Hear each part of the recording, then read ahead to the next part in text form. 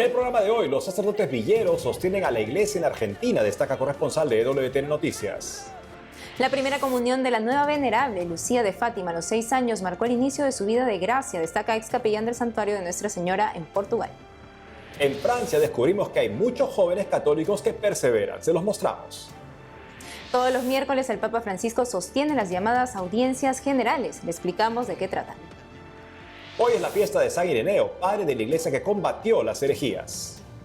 Corazón de Cristo, templo de Dios, puerta del cielo y morada divina.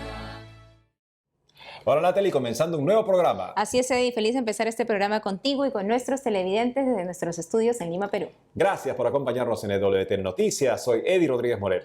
Yo soy Natalie Paredes y empezamos este programa, Eddie, con la visita de un periodista que es muy querido y familiar para ti, para mí, para nuestros televidentes. Se trata de Matías Boca, nuestro corresponsal en Argentina, que está de paso por Lima debido al encuentro de periodistas de EWTN en la capital. Aprovechando esta circunstancia, me contó las cosas que está haciendo la iglesia en Argentina. Veamos.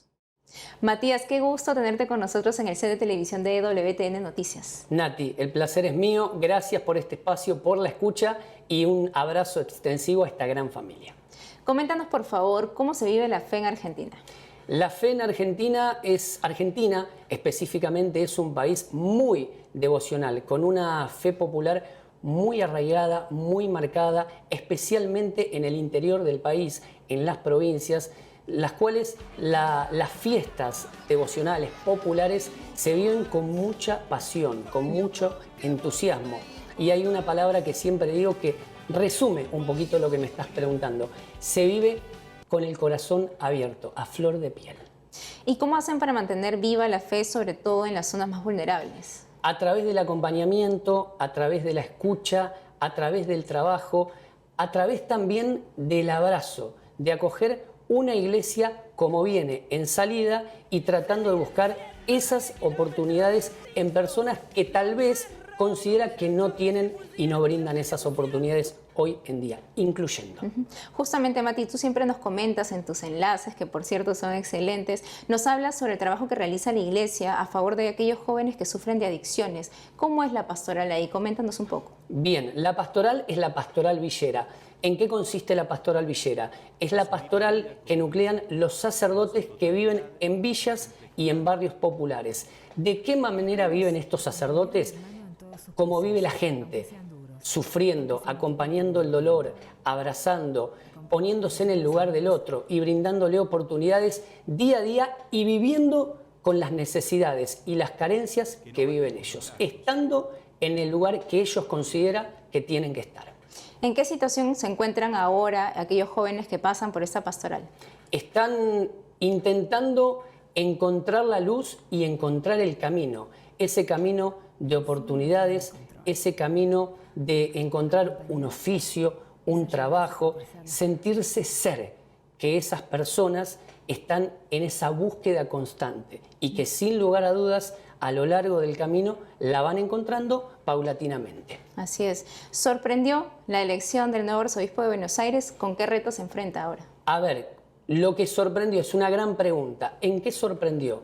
En que Jorge Ignacio García Cuerva es un sacerdote que tiene 55 años de edad. Es un sacerdote joven, con una vida por delante para pastorear, como decimos nosotros, en Buenos Aires, como dice el Papa Francisco, en una arquidiócesis muy grande, en una arquidiócesis compleja, con muchas necesidades, con mucha escucha y con mucho por hacer, Nati, que es la arquidiócesis de Buenos Aires. Y se está viviendo con una gran expectativa, que la asunción de Jorge Ignacio García Cuerva va a ser el próximo 15 de julio.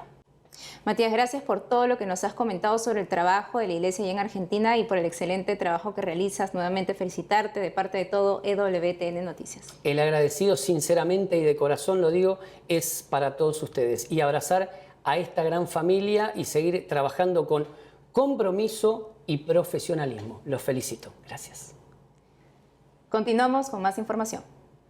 Todos los miércoles el Papa Francisco sostiene las llamadas audiencias generales. Por el momento, debido a su convalecencia, están suspendidas. Pero esta pausa nos es propicia para explicarles con calma qué es una audiencia general. Escuchemos a nuestra corresponsal en Roma, Almudena Martínez Bordiú. Saludos desde Roma.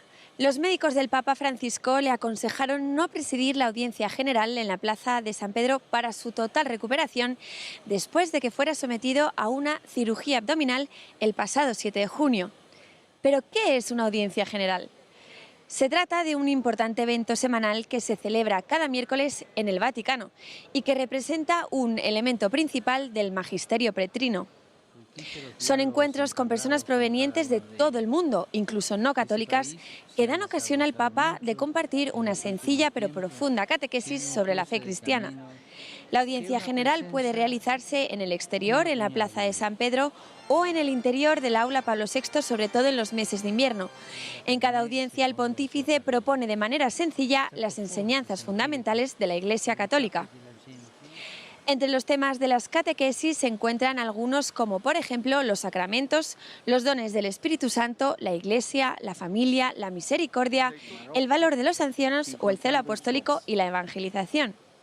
Además, al finalizar la catequesis, el Papa suele dedicar unos minutos a realizar diferentes llamados a la humanidad, como la paz en lugares azotados por la guerra, la oración por los cristianos perseguidos en el mundo, por desastres naturales, epidemias e incidentes, o también por los migrantes. Una vez terminada, suele saludar a los esposos recién casados y a los obispos religiosos y otras personalidades que hayan presenciado la audiencia ese día. La tradición de las audiencias generales de los pontífices comenzó en 1939 con el Papa Pío XII. Inicialmente, las audiencias generales de los miércoles surgieron por la necesidad de unificar algunos de los encuentros del Papa con grupos de fieles diferentes procedencias.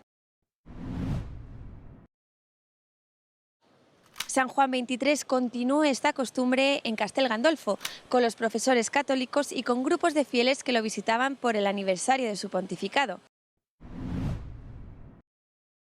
Sin embargo, las primeras audiencias en diferentes idiomas iniciaron con San Pablo VI el 13 de julio de 1963, cuando saludó a todos los fieles en italiano y después resumió su saludo en francés, español, alemán e inglés. A partir de ese momento iniciaron los breves discursos lingüísticos y saludos específicos para grupos particulares. Luego, el Papa Juan Pablo I realizó 4 audiencias generales con una breve serie dedicada a las virtudes.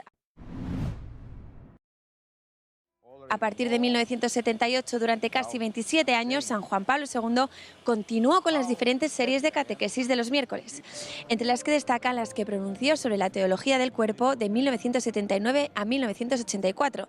Además, Juan Pablo II introdujo la costumbre de relatar el miércoles siguiente a un viaje apostólico las etapas fundamentales y el significado de su visita. Posteriormente, Benedicto XVI continuó con la tradición y su última audiencia general fue el 27 de febrero de 2013, un día antes del final de su pontificado, con la participación de fieles procedentes de muchas partes del mundo. El Papa Francisco comenzó el 27 de marzo con la serie de catequesis dedicada al Año de la Fe. Desde el inicio, el estilo del Papa Francisco se ha caracterizado por la cercanía con la gente y su inmediatez. En Roma, Almudena Martínez Bordiú, EWTN Noticias. El hecho de ser declarada venerable por el Papa hace poco nos invita a seguir conociendo a Sor Lucía de Fátima, la tercera pastorcita vidente de la Virgen de Rosario en 1917. El padre Héctor Ramírez, fundador de Mater Fátima y ex capellán del Santuario de Nuestra Señora de Fátima en Portugal, nos cuenta una anécdota de cuando la futura santa era niña y que marcó el inicio de su vida de gracia. Ella tenía 6 años. Imagínense, normalmente a esa edad los niños no hacían la primera comunión. Estamos hablando de 1913, 4 años antes de las apariciones. Ella, como tenía buena memoria, se sabía toda la doctrina católica necesaria para recibir el cuerpo de Cristo y la sangre por primera vez en su corazón, en su alma.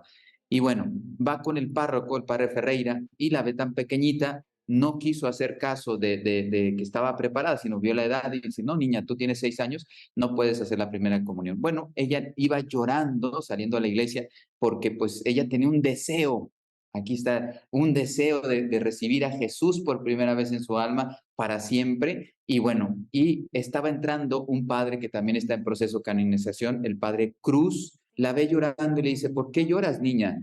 Y ya le cuenta, Lucía le cuenta por qué estaba llorando, porque ella quería recibir a Jesús y el párroco no se lo permite. Y entonces le dice, a ver, niña, ve para acá. Habla con ella, le hace un examen de toda la doctrina, y entonces le dice al párroco, padre, dele la comunión a esta niña. Dice, pero tiene 6 años. Dice, yo asumo la responsabilidad delante de Dios. Y el padre Cruz le dice que ella va a ser templo del Espíritu Santo. Entonces, que cuando entre en su corazón, en su alma a Jesús, que no permita que se vaya. Vea esa imagen, que es Nuestra Señora del Rosario. Dice, y pídele que ella no permita que Jesús salga de tu corazón cuando entre en la primera comunión. Y ella fue delante de esa imagen y dice, Sor Lucía, y parece que ella dice, vi tu sonrisa, o sea, sonríe, dice, parece que me sonríe y me dice que sí se va a encargar de que Jesús no salga de mi corazón. Cuando recibe la primera comunión dice que siente como una voz en su corazón de parte de Jesús y le dice, yo no saldré de tu corazón y quedaré contigo toda la vida. Yo creo que nos tiene que hacer pensar, porque le está asegurando, yo no dudo, es una opinión personal, esto no lo puede asegurar, no lo puedo asegurar y la iglesia pues para eso está haciendo el proceso de canonización. Yo no dudo de que Francisco y Jacinta no perdieron la gracia bautismal, o sea, yo estoy convencido, es una convicción personal, que no cometieron pecado mortal en su vida. Pero con esta frase y otra frase que la Virgen le hace ver también en su corazón, es muy probable, pero es muy probable que tampoco ella perdió la gracia bautismal. La primera comunión para Sor Lucía fue básica, importantísimo, dice, mi hija, la gracia que hoy te es concedida, entonces permanecerá siempre viva.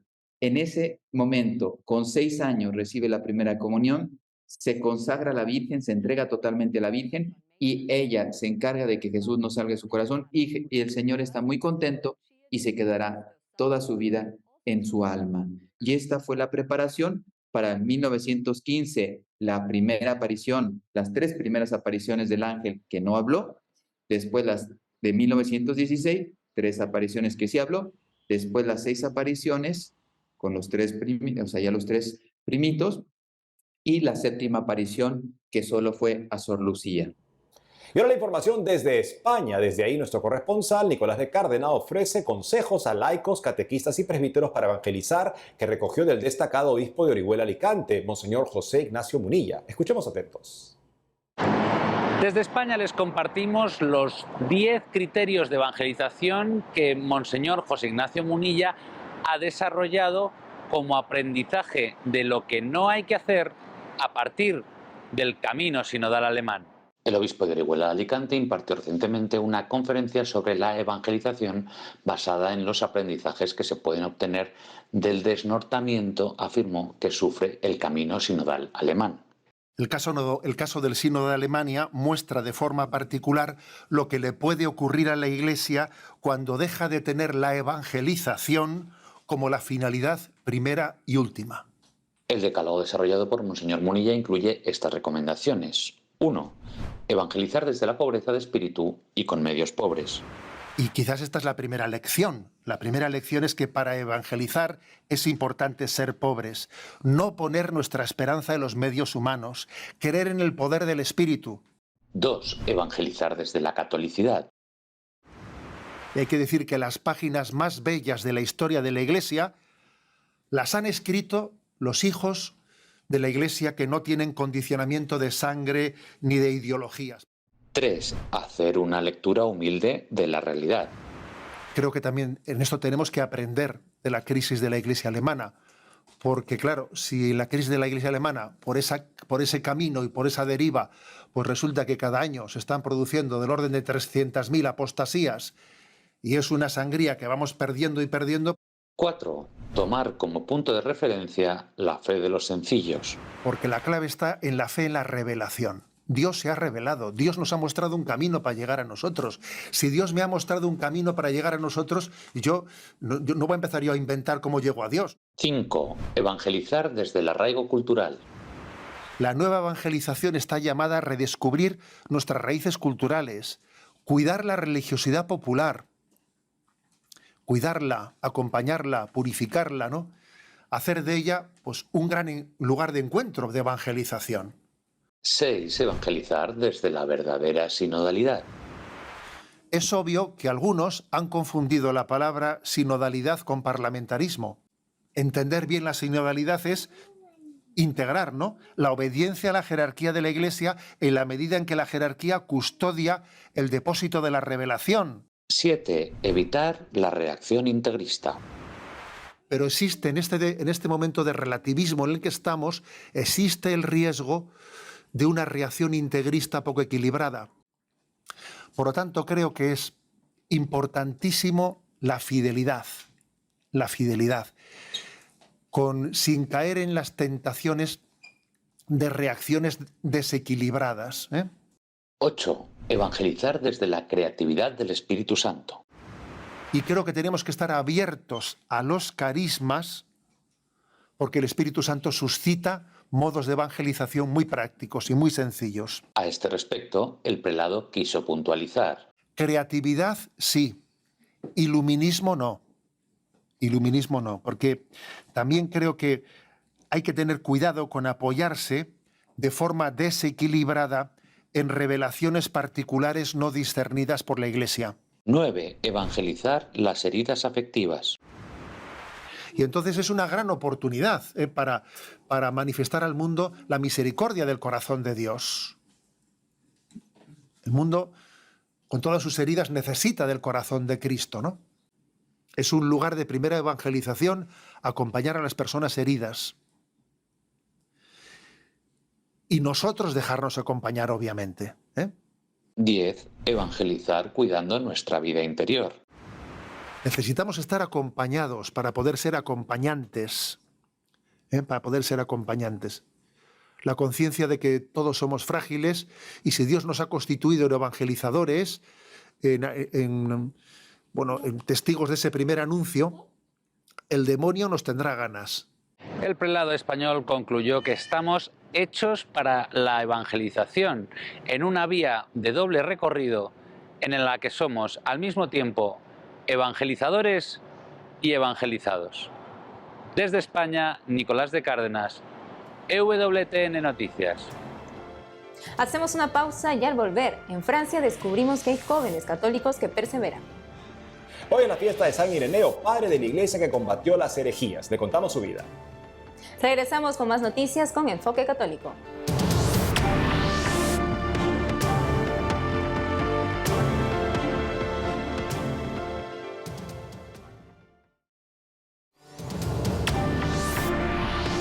Ahora nos vamos a Francia, en donde descubrimos que hay jóvenes católicos que perseveran en la fe. Los descubrimos al ver un video de la última solemnidad de Pentecostés, celebrada con una peregrinación de 3 días en el sur de Francia. Nicolás García, de WTN Noticias, buscó a los protagonistas y nos cuenta esta historia. Ellos son los voluntarios de SOS Calvario, una de las organizaciones católicas más importantes de Francia. Cargan la cruz durante la tradicional peregrinación en Pentecostés el pasado 27 de mayo.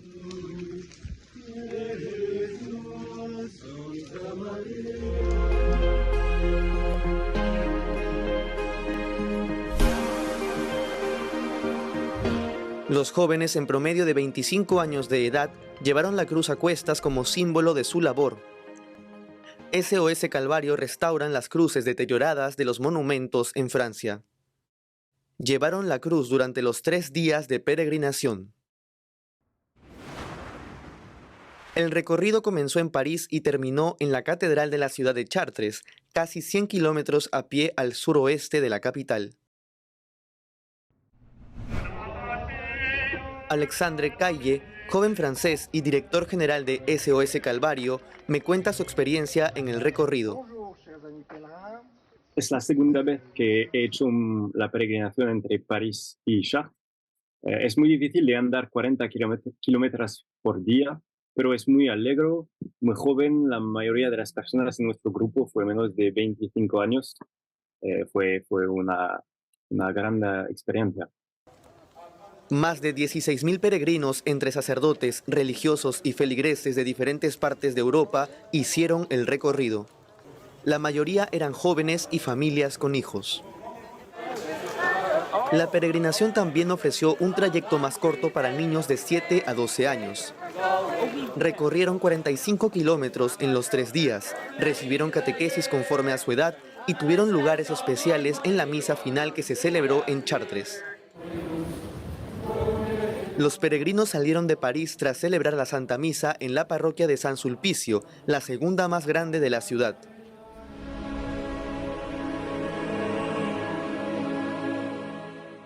Pienso que el mejor y lo más difícil de la peregrinación fue la cruz, porque nuestro grupo es el de SOS Calvario, y llevamos una cruz de madera de 50 kilos en toda la peregrinación.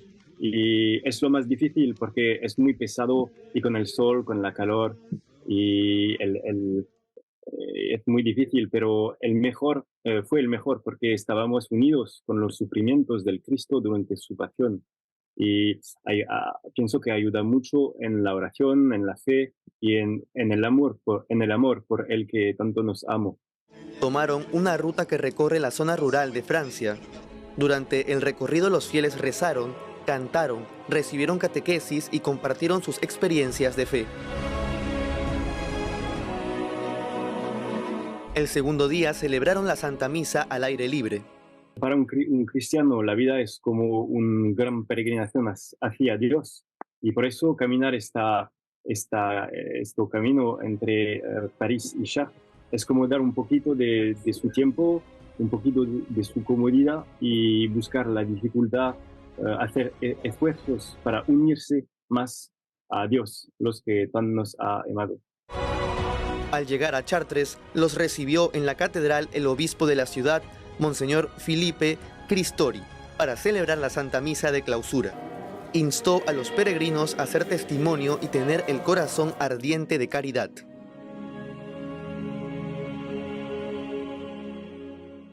Cada 28 de julio la Iglesia Católica celebra a San Ireneo, uno de los padres de la Iglesia de los primeros siglos del cristianismo. Combatió las herejías de su época y evangelizó a las tierras que hoy conocemos como Asia Menor. Desde España, el padre Antonio María Domènech, párroco de Nuestra Señora de la Asunción en Cuenca, nos cuenta más sobre el santo.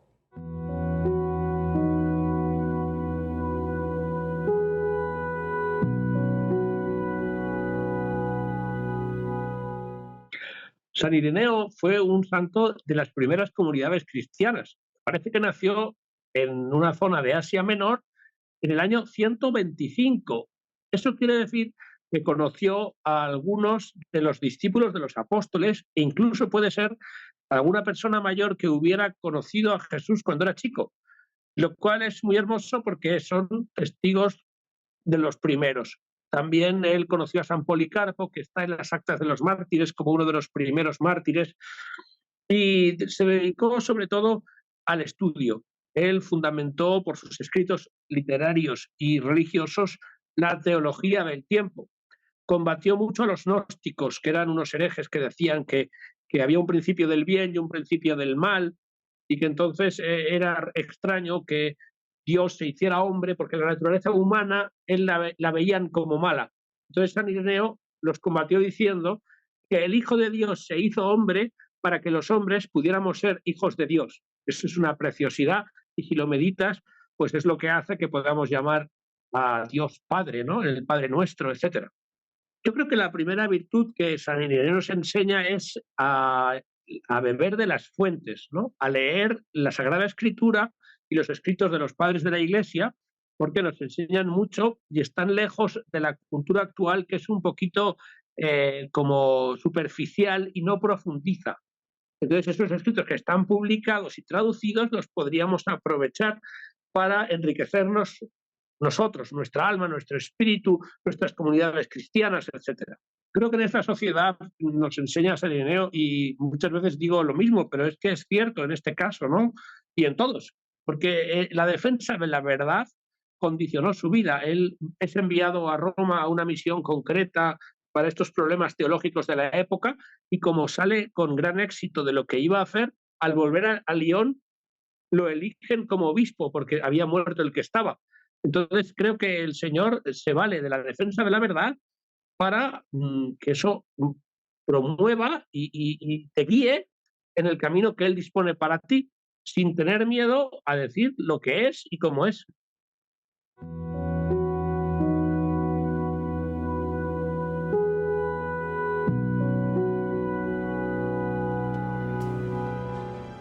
Amigos, esto ha sido todo por hoy. Gracias por habernos acompañado. No dejen de seguirnos por las redes sociales y también de lunes a viernes a las 12 del mediodía, hora de Miami, en Radio Católica Mundial y su programa Más que Noticias. Hasta entonces.